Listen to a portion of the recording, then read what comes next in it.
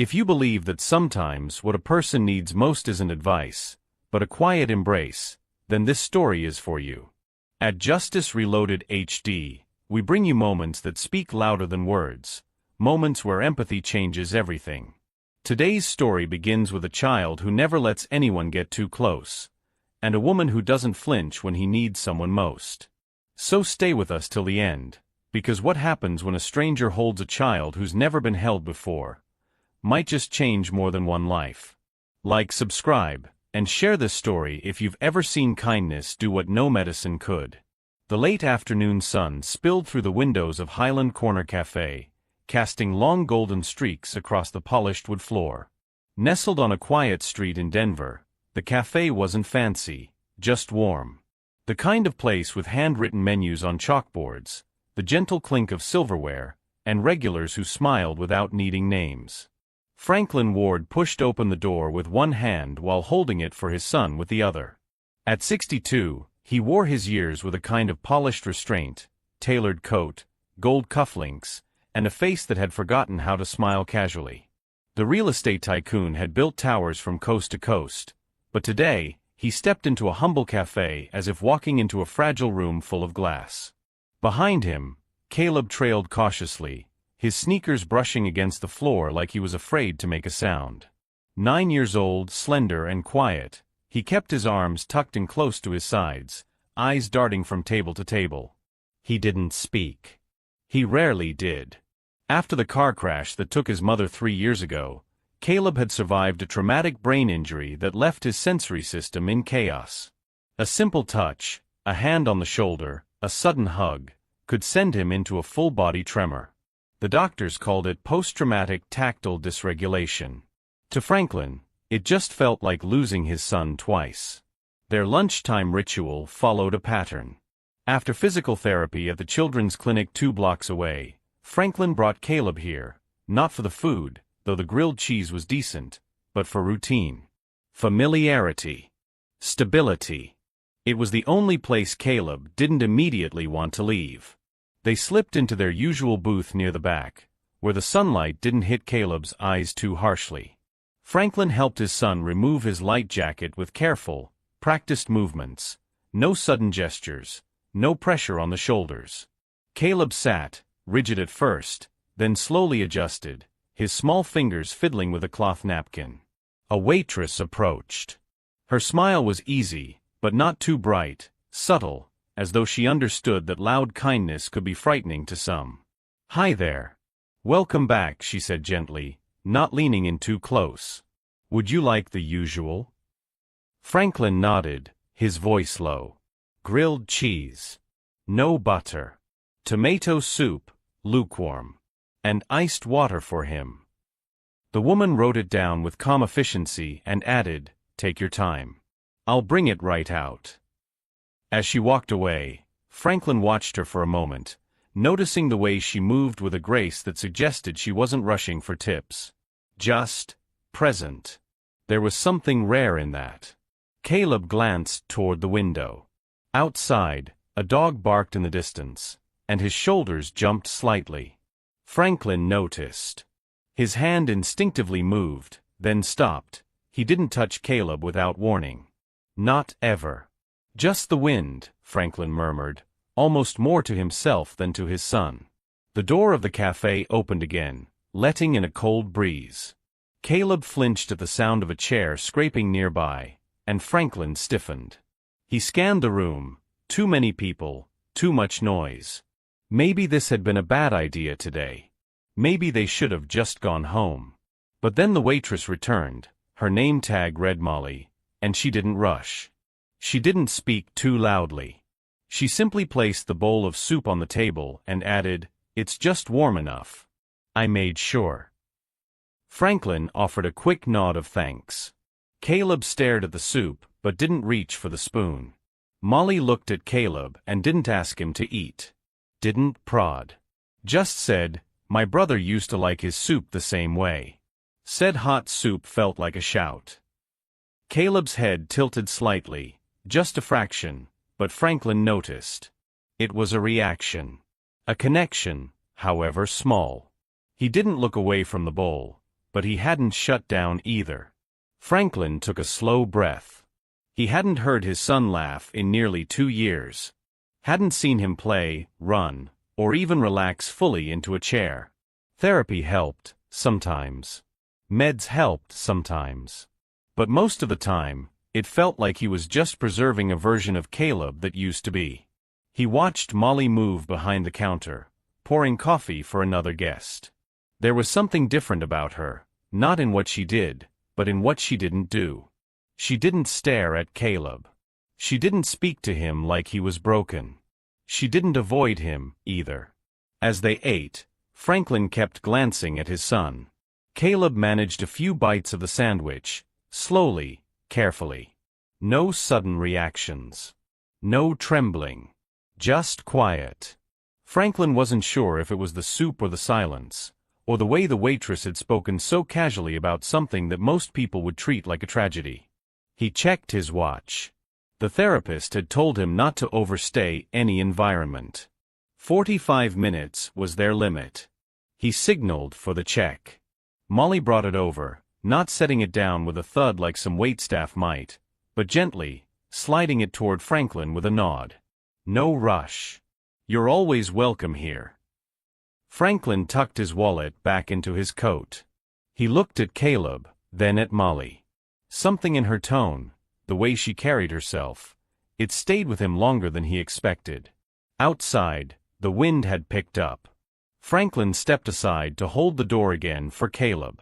The boy paused before stepping out. Just for a second. Then he moved forward. The cafe had returned to its soft murmur, forks scraping gently, conversations drifting in and out like background music. Franklin had just taken a sip of his coffee when it happened. A man at the neighboring table stood up abruptly, pushing back his chair without looking. The wooden leg scraped hard against the floor, then bumped into the back of Caleb's seat. It wasn't a strong jolt. To anyone else, it would have felt like a nudge. But for Caleb, it was a trigger. His small body jerked violently as if struck by lightning. The spoon clattered from his hand. He slid sideways, tumbling off the booth and onto the floor, where he immediately curled into himself, knees drawn in, arms locked tight, breath coming in short, panicked gasps. Franklin froze. The cafe fell silent. Chairs stopped moving. Conversations halted mid-sentence. Every eye turned toward the small boy on the floor, and the father stiff in his seat. But it wasn't Franklin who moved first. Molly Jensen saw it all from behind the counter. 1 second, she was filling a sugar container. The next, she was stepping around the bar with a calm but urgent purpose. She didn't shout. Didn't call out for help. She just moved. She dropped to her knees beside Caleb, not touching him yet. Her voice was low, almost a whisper. "Hey there. I'm right here." Caleb was trembling. His face was pale, his fists clenched, his breath sharp and unsteady. His whole body looked like it might snap. Molly didn't reach for his arms. She didn't try to lift him. Instead, she sat back on her heels, just behind him, and slowly leaned forward until her chest was close to his back. Gently, with the slowest of movements, she wrapped her arms around him, not to restrain, but to cradle. She let her body form a soft barrier around his, a shelter more than a hold. Then she rested her cheek against his shoulder and said, barely audible, "You're safe. I got you." Something shifted. Caleb didn't thrash. He didn't scream. His breathing stuttered once, twice, then slowed. His fists loosened just slightly. His head tipped forward, his forehead brushing her arm. Franklin stood now, unsure whether to step in or shout or pull her away. His heart pounded in his chest. For 5 years, he had lived with this, these moments where his son collapsed into panic, and no one could reach him. Not doctors. Not therapists. Not even Franklin himself. But here on the cafe floor, in front of a dozen stunned diners and a dozen more holding their breath, his son wasn't fighting. He was resting, inside the arms of a waitress. Molly kept whispering. Not words of instruction or reassurance, just quiet phrases like a hum against the storm. "You're okay. I've got you. No one's going to hurt you." The man who had bumped the chair stepped forward, visibly shaken. I'm so sorry. I didn't see." Molly didn't even look up. "It's all right," she said, softly but clearly. "He just needs a second. That's all." Minutes passed, though to Franklin, it felt like hours. Eventually, Caleb's shoulders eased. His body settled. The trembling reduced to a quiet shiver. Only then did Molly begin to loosen her arms. Carefully, she shifted her weight back, giving Caleb space without withdrawing completely. "Do you want to sit back up?" she asked, more with tone than volume. Caleb didn't speak. But slowly, so slowly, he nodded. She helped guide him to a sitting position, still beside him on the floor. Then, with practiced care, she reached up to the booth and retrieved his napkin, brushing away a small smear of soup on his jeans. Franklin stepped closer, cautious not to spook his son. "Caleb," he said, voice unsure. "You okay, buddy?" Caleb looked up, not at his father, but at Molly. Molly gave him a little smile. "You did really good, you know." The boy blinked. Then, almost imperceptibly, nodded again. Molly stood and offered her hand, not to Caleb, but to Franklin. "He's okay now. Just needed a moment." Franklin looked at her, truly looked at her, for the first time. Her apron was slightly crooked, her hair pulled back with a pencil instead of a clip, and her eyes, those eyes had seen more than he could explain. "Thank you," he said quietly, as he reached down to lift his son back into the booth. Molly gave a small shrug. "He reminded me of someone." And then she turned, calm as ever, and walked back behind the counter, leaving behind a table full of silence, and a man who had just seen his son touch calm for the first time in years. Franklin Ward had always thought of himself as a man in control, of business, of people, of situations. He'd negotiated billion-dollar deals, walked into boardrooms with absolute certainty, and led empires with nothing more than a glance. But standing in a quiet Denver cafe, watching a stranger cradle his son on the floor, he had never felt more unsure of anything in his life. The moment Caleb hit the floor, Franklin had risen. Instinctively, his hand had reached out, his body already in motion to remove the woman, Molly, from his son. It wasn't anger. It was panic. Protective reflex. For 5 years, he'd learned that any sudden touch, any attempt to console Caleb physically, could result in seizures, screaming, or sheer terror. And now, this waitress, this woman he didn't know, was wrapping her arms around his boy like it was the most natural thing in the world.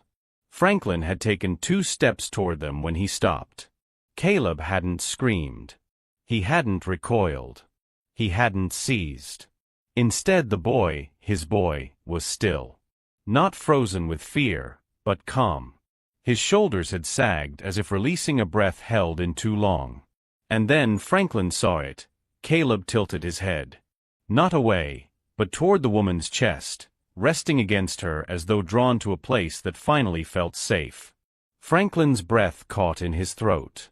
For 5 years, this child had flinched at the slightest contact, even from his own father. Therapy sessions always came with latex gloves and warning tones. Physical affection had become a luxury neither of them could afford. Caleb hadn't been hugged since he was 4 years old. And now, he was pressing himself against a stranger. No resistance. No distress. Just surrender. Franklin stood there, stunned, not knowing whether to feel grateful, jealous, or terrified. The cafe had gone quiet again. People were still watching, but the tension in the room had shifted, from alarm to something closer to reverence. No one said a word. The only sound was Caleb's breathing, slowly settling, and Molly's whispered reassurances, steady and soft like ripples across still water. Franklin's hand dropped to his side. He felt useless. Overdressed. Out of place. In all the resources at his disposal, world-class doctors, advanced clinics, specialists flown in from across the country. None had achieved what this woman had in under 2 minutes on a hardwood floor. He studied her face now. She wasn't performing. She wasn't panicked. There was something quiet and rooted in her presence, like someone who had walked through storms and knew how to hold still in the middle of them. Caleb shifted slightly, and Franklin flinched. But instead of recoiling, the boy burrowed in closer, nestling his head just beneath Molly's chin. Molly responded instinctively, adjusting her hold, supporting his weight with such gentle care that it made Franklin's throat tighten.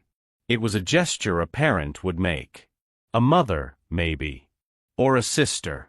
Something about it pierced him. He felt like a trespasser watching his own son experience something he'd never been able to give him, not because he didn't want to, but because he didn't know how. His mind flashed back to the hospital, the beeping monitors, the long nights in that sterile room. Caleb hooked up to machines, still breathing but unresponsive. The neurologist's cold tone, "It's unclear how much sensory distortion will persist.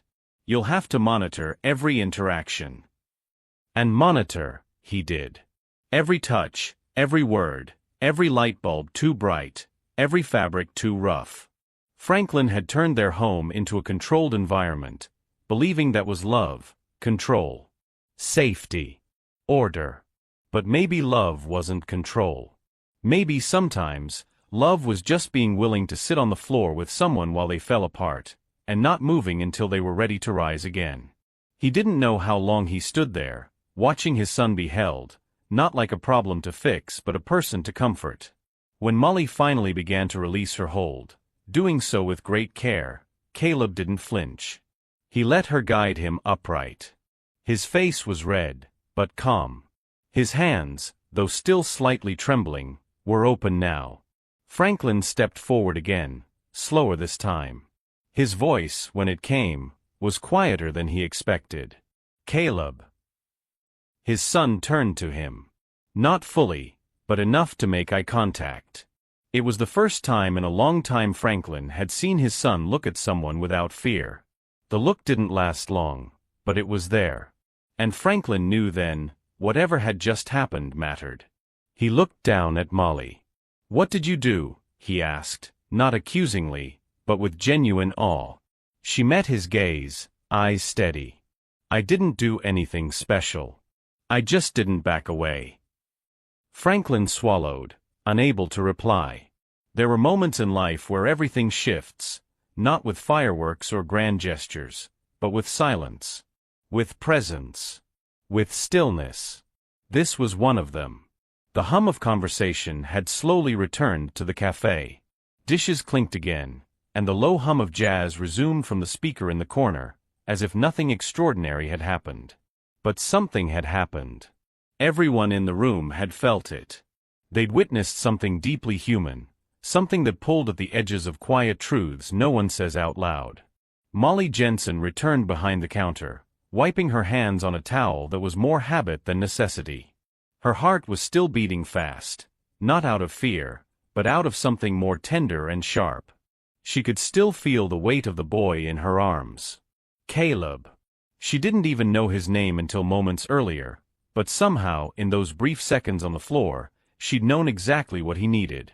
She was about to return to filling water glasses when she heard her name, low and sharp. "Molly. Office. Now."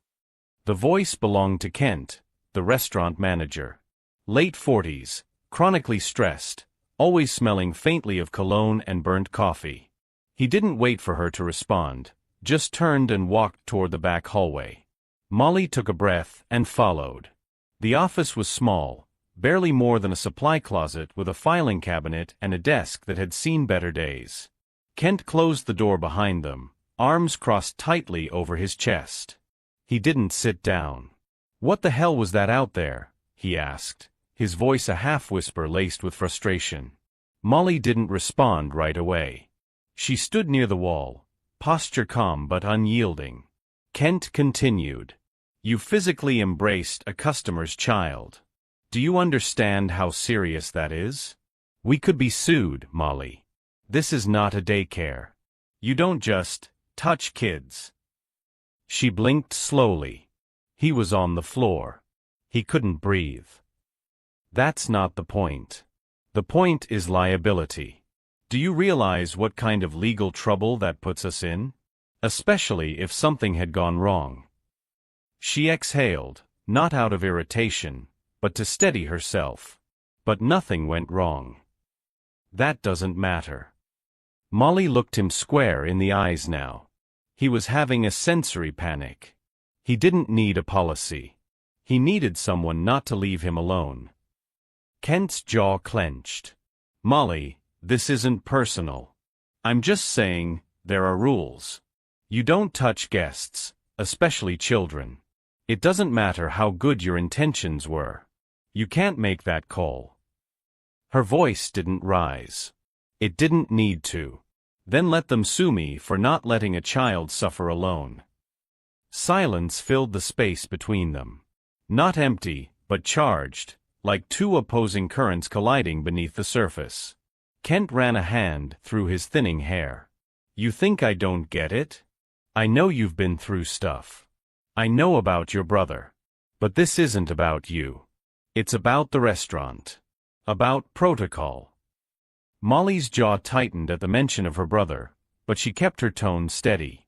I didn't act because of my past. I acted because a child needed help, and no one else moved. He sighed, clearly torn between frustration and reluctant understanding. Look, I'm not saying you're fired. But I have to put a note in your file. And if anything like this happens again. I understand, she said simply. He paused, studying her expression. You don't even want to defend yourself? I just did, she replied. Kent looked down, lips pressed in a thin line. Take 5. Cool off. Molly gave a small nod and stepped out of the office. She didn't head back to the floor right away. Instead, she walked outside, letting the door swing shut behind her with a soft thud. The late afternoon air had cooled. A soft breeze moved through the sidewalk trees, rustling their leaves like distant applause. She leaned against the brick wall, arms folded, her apron still slightly stained from Caleb's soup. She didn't regret what she'd done. Not for a second. The image of Caleb's face as he leaned into her, vulnerable, trusting, open, was still vivid in her mind. It wasn't something she'd orchestrated. It had just happened.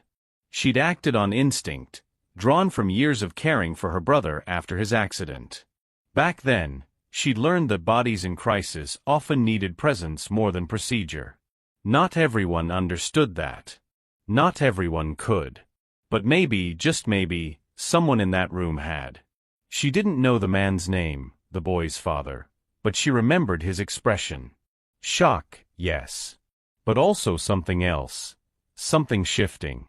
Molly straightened up and re-entered the cafe. The rhythm of the place had returned, but the mood lingered, softer somehow. More aware. As she passed by a table near the front, a woman who'd witnessed the entire moment looked up and gave her a quiet, heartfelt nod. Molly returned it with a small smile. No applause. No praise. No reward.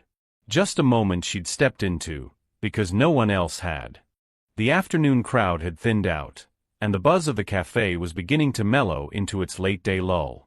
Molly had returned to the rhythm of work, refilling glasses, clearing plates, answering polite, detached thank yous. But her mind was still with the boy from earlier. Caleb. She had seen kids melt down before. She had seen grown adults freeze when faced with it. But there was something different about Caleb. It wasn't just the trauma in his reactions, it was the silence he carried like armor. And it had cracked, if only slightly, when she'd held him. As she approached the booth where Caleb and his father had sat, she noticed it was empty. The plates were stacked neatly, untouched for the most part. The soup was half gone. The sandwich, barely nibbled. But something else caught her eye, folded neatly under the water glass, weighted just enough not to blow away. A small piece of thick cardstock. Molly reached down and picked it up, assuming it was a tip or a forgotten business card. But when she turned it over, her brows drew together. It was a professional calling card, but not the kind she was used to seeing. Franklin Ward. Ward Foundation for Neurological Care. Embossed letters. Crisp, clean font. No title beyond the name, it didn't need one. And below the printed information, in firm, slanted handwriting. I've seen professionals fail to calm him. You didn't even flinch. Call me. She stared at the message, reading it twice, 3 times. The ink was fresh. The tone was deliberate. Not overly sentimental. Not asking for thanks. An invitation. A recognition. Molly glanced toward the door, but they were already gone. No lingering glance. No wave goodbye. Just the quiet placement of a card that spoke louder than any spoken words could. She turned it over in her fingers, feeling the weight of it, not just physically, but in what it meant. Call me. It wasn't just a gesture of thanks. It was an acknowledgement of something deeper. A man like Franklin Ward didn't hand out cards like this lightly. She knew the type. Stoic. Measured. The kind of person who saw the world in terms of strategy and structure. And yet today, something had shaken that structure. She walked slowly back behind the counter and placed the card beside the register, her hand lingering on it for a second longer than necessary. Kent passed by, still stiff from their earlier conversation. He eyed the card but didn't ask. Maybe he didn't want to know. Maybe he already did. Molly poured another glass of water, mechanically now, her thoughts still tangled in that folded piece of paper and the quiet gravity it carried. She wasn't someone who received business cards. She wasn't someone men like Franklin noticed, at least not in any meaningful way. She took orders, delivered food, managed stress with a half smile and tired feet.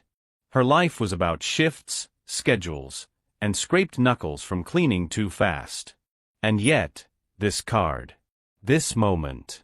This man who had watched her hold his son and hadn't interrupted, hadn't demanded answers or barked warnings. He'd just seen. And now, apparently, wanted to see more. She picked up the card again, running her thumb over the embossed text.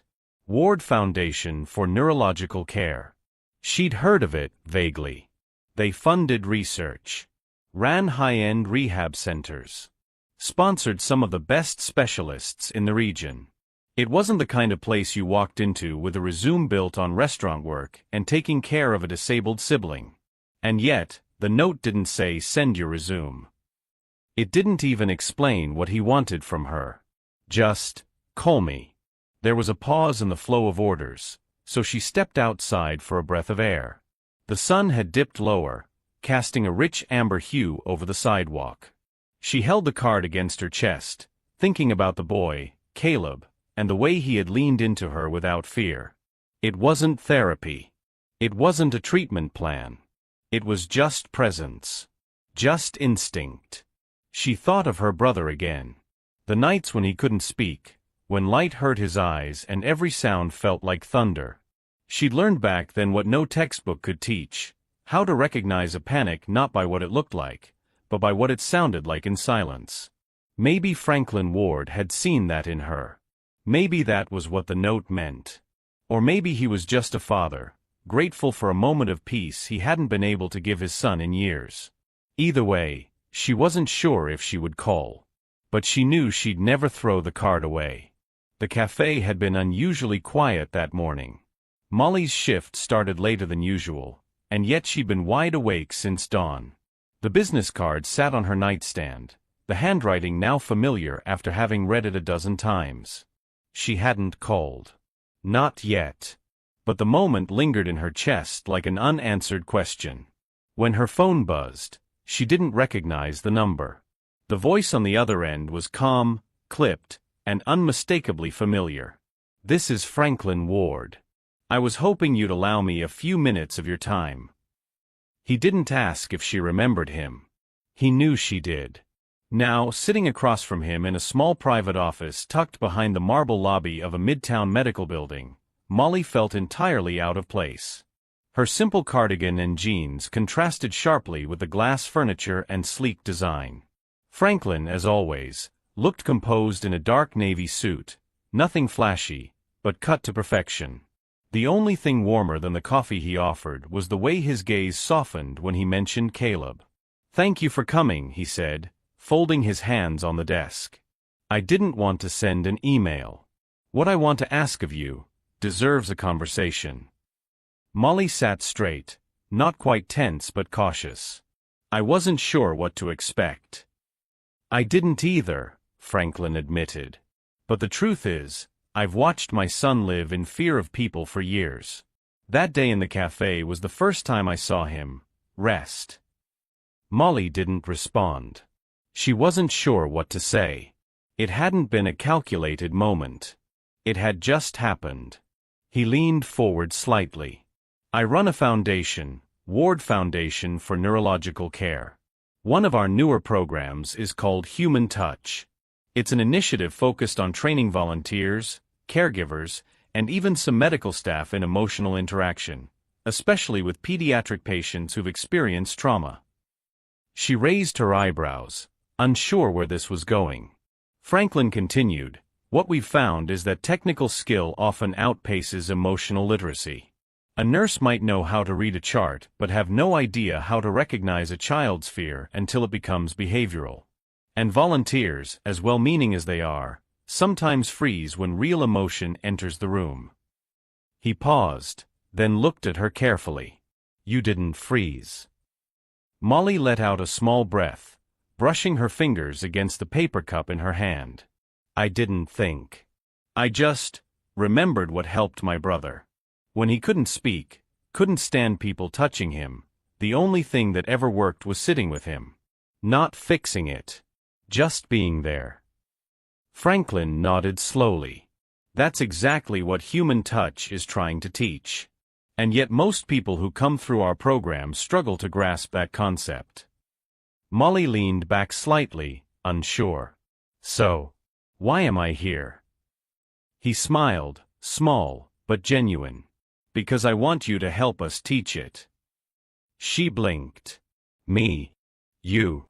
"I'm not a therapist," she said quickly. "I'm not certified in anything. I don't even have a college degree." "You're not here because of what's on your resume," he said. "You're here because of what I watched you do, instinctively, fearlessly. You didn't just comfort Caleb. You saw him." Molly shifted in her seat, clearly overwhelmed. "But I'm just a waitress." Franklin's gaze held hers. "Not to him," he said quietly. "Not to me." The room felt suddenly still, as though those words had pressed pause on everything else. Molly didn't respond right away. Her throat tightened, and she looked down, blinking back something she wasn't ready to let spill. "I don't know if I'd even know where to start," she admitted. "We'll show you," he replied. "There's a team. Resources. You wouldn't be alone. But what you bring, the presence, the intuition, you can't train that into someone. You already have what we need. All the rest can be taught." She looked up again, eyes searching his face for any hint of exaggeration. But there was none. Just quiet conviction. "Would I be working with kids like Caleb?" "Yes," Franklin answered. "But not just for them. For their parents, too. For the staff that's burning out. For anyone who needs someone to simply stay when everyone else walks away." Molly didn't say yes. Not yet. But she didn't say no either. Instead, she nodded slowly and said, "I need to think about it." Franklin smiled again. "That's more than fair." As she stood to leave, he handed her a folder. Inside were program details, training options, and a welcome letter, already typed but unsigned. "Take your time," he said. "But I hope you'll say yes. Because I think you already have." The training room inside the Ward Foundation's Rehabilitation Center was nothing extravagant, just neutral-colored walls, soft lighting, and a semicircle of chairs arranged with quiet purpose. The air carried that familiar mix of coffee, hand sanitizer, and the unspoken tension of people who weren't sure if they belonged in the room, or if they were enough. Molly stood just outside the glass door, holding a small folder against her chest. Her palms were slightly damp. It had only been 2 weeks since she'd last seen Franklin, but everything felt different now. Not because of a title or a job, but because, for the first time in years, she was walking into something that had meaning before it had form. Inside, about a dozen volunteers were chatting quietly, flipping through introductory materials. Nurses, hospital aides, and a few college students training to become pediatric therapists. They weren't here to learn technical procedures. They were here for something harder to define: presence, empathy, emotional grounding. Franklin stood near the front of the room, speaking in a low, even voice to one of the staff coordinators. His suit was crisp, as always, but he looked more relaxed today. Still deliberate, but lighter somehow. Like something unspoken had lifted. And beside him, holding a small sensory toy in one hand and scanning the room with wide, alert eyes, was Caleb. Molly stepped through the doorway. It wasn't dramatic. No spotlight. No grand entrance. Just a moment. And in that moment, Caleb saw her. He froze for a split second, the way he always did when processing something unexpected.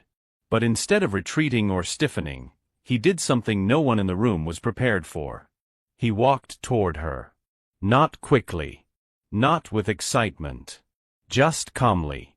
Steadily. His steps were deliberate, his shoulders relaxed. He clutched the small toy tightly but never broke eye contact. Molly didn't move. She let him come to her, the way she'd learned long ago, to let the other person set the pace. And when he reached her, he looked up. No words. Just eyes filled with something fragile and clear. Then, without a sound, Caleb stepped forward and wrapped his arms around her waist. It wasn't a clinging hug. It wasn't desperate. It was intentional. It was his choice. The room fell completely silent. Even the shuffling papers stopped. Every person in that semicircle of chairs looked up, some with surprise, some with quiet awe, as the little boy who had once panicked at the brush of a sleeve now stood firmly in the arms of a woman who had never asked for anything in return. Molly gently lowered one hand to the back of Caleb's head, not pulling him closer, just resting it there like a promise. Her throat tightened. Her eyes burned, but she didn't cry. She just breathed, and let the moment be.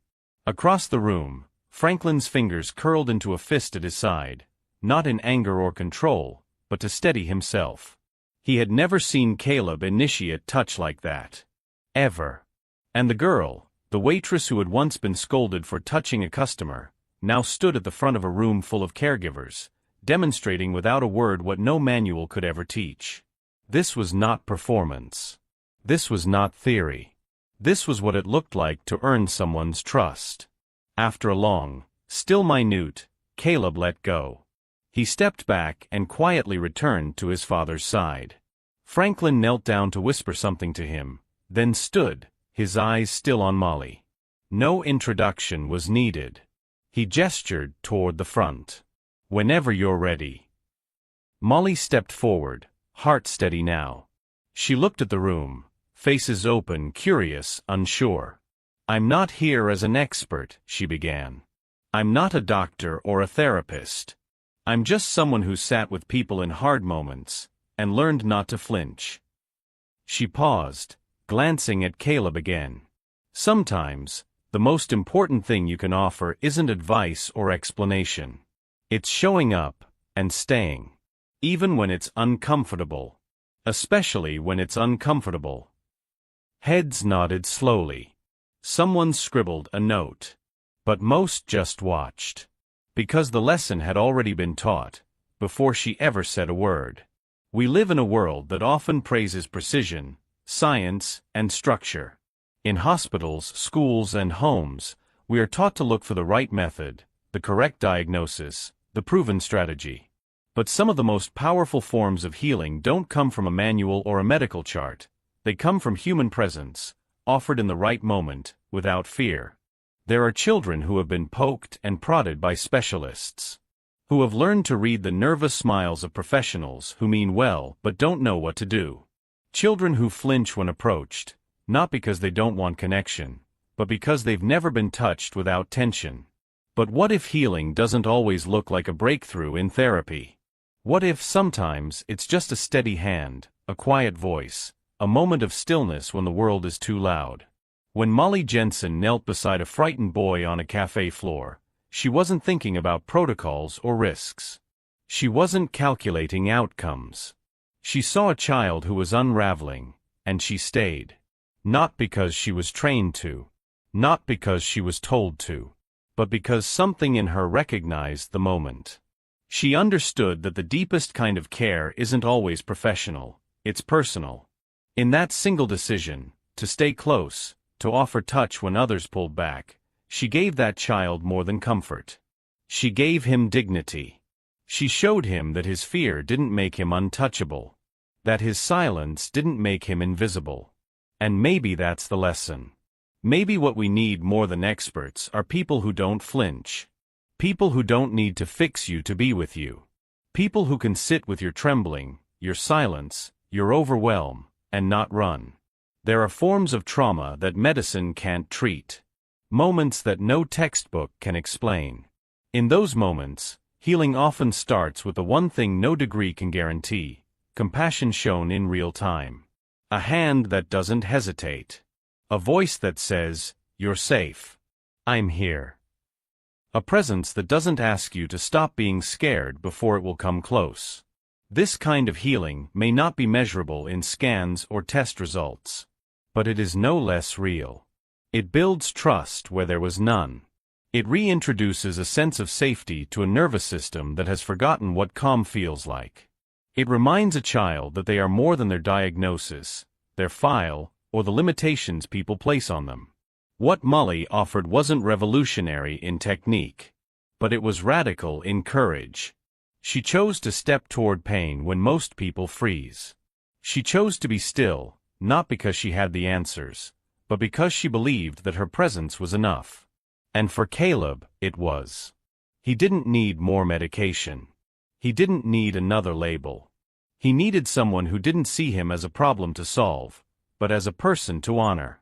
So many children live inside walls built not by their own hands, but by the reactions of the world around them. When people back away, speak over them, or avoid their struggles, those walls grow taller. But when someone dares to kneel instead of retreat, to touch gently instead of analyze, to say you're safe without demanding proof, they begin to chip away at those walls, brick by brick. This story reminds us that healing is not reserved for hospitals or therapy rooms. Healing can begin in a cafe, on a floor, in a stranger's arms. And the people who facilitate that healing might not wear lab coats. They might wear aprons, or carry grocery bags, or be strangers on a park bench. What matters isn't the title. What matters is the moment, and the choice to show up for it. Because at the end of the day, some children don't need more experts. They need fewer people who are afraid of them. They need fewer people who see their meltdowns as inconveniences or their silence as a void. They need more people who will stay close without needing to be right. Who will sit in the storm with them. Who will say with their presence, "You are not alone in this." That is where healing begins. Not always with a cure, but with courage. Not always with treatment, but with tenderness. And not always with knowledge, but with kindness, timed just right. In a world where too many see labels before faces, and behaviors before stories, it's easy to reduce a child to a diagnosis, to forget that behind the flinches, the silences, and the guarded eyes, there's a human being longing to be seen. But Molly didn't ask for a history. She didn't search for symptoms. She didn't hesitate because the moment didn't fit into policy or protocol. She simply saw a little boy. Not a disruption. Not a disorder. Not a liability. Just a child, frightened, overwhelmed, and in need of something far more powerful than treatment: connection. She didn't wait for permission. She didn't reach for instruction. She reached for him. And in doing so, she reminded us all of something deeply human. She didn't hold him because he needed help. She held him because she saw a child, not a case.